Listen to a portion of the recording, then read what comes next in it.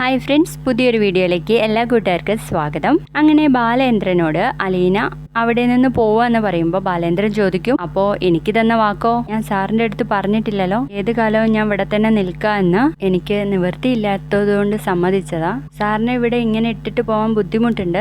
എല്ലാവരും എനിക്കെതിരായി. സാറിന്റെ 3 മക്കളും മുത്തശ്ശിയും എന്നോട് ഇവിടെ നിന്ന് പോവാൻ വേണ്ടി പറഞ്ഞു. എല്ലാരും എന്നോട് പറയുവാ, ഈ കുടുംബം നീ കാരണം തകരരുതെന്ന്. അപ്പോ ഞാനല്ലേ സാർ പോവേണ്ടത് എന്ന് ചോദിക്കുമ്പോൾ ബാലേന്ദ്രൻ ചോദിക്കും, നീ പോയാ ഈ കുടുംബം തകരാതെ നിൽക്കുവോ? ഇന്ന് വന്ന ആ സാറ് എത്ര മോശമായിട്ടാ എന്നോട് സംസാരിച്ചത്. എന്നെ പറ്റി എത്ര മോശമായിട്ടാ ധരിച്ചു വെച്ചേക്കുന്നേ. ഞാൻ എന്തിനാ സാർ ഇതൊക്കെ ഇങ്ങനെ സഹിച്ചു നിൽക്കുന്നേ? എന്നെ കൊല്ലാൻ പോലും അവര് തയ്യാറായി നിൽക്കുക എന്നങ്ങ് പറയുമ്പോ ബാലേന്ദ്രന്റെ മുഖാകെ മാറിപ്പോവാണ് കേട്ടോ. ഞാൻ വെറും ഒരു സർവന്റ് അല്ലേ സാർ? എല്ലാവരും എതിർപ്പിന് വകവെക്കാതെ ഇവിടെ ഇങ്ങനെ നിന്നിട്ട് എനിക്കെന്ത് കിട്ടാനാ? ഞാനങ്ങ് പൊയ്ക്കോളാം സാർ എന്നങ്ങ് പറയുമ്പോ നമ്മുടെ ബാലേന്ദ്രൻ ഒരു ദീർഘശ്വാസം എടുത്തിട്ട് പറയും, ഞാൻ നിന്റെ അടുത്ത് പൊക്കോളാൻ വേണ്ടിട്ട് പറഞ്ഞിട്ടില്ല.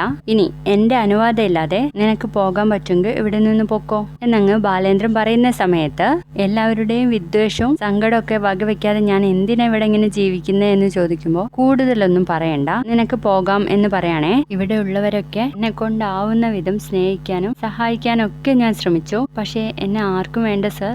അപ്പോഴും നമ്മുടെ ബാലേന്ദ്രനെ അതൊന്നും കേൾക്കാൻ വയ്യാതെ പൊക്കോ പൊക്കോ എന്ന് പറയണേ. നാളെ രാവിലെ ഞാൻ പോകും. സാറിനോട് അനുവാദം മേടിക്കാനുള്ള സമ്മതമൊന്നും അവര് തന്നിട്ടില്ല.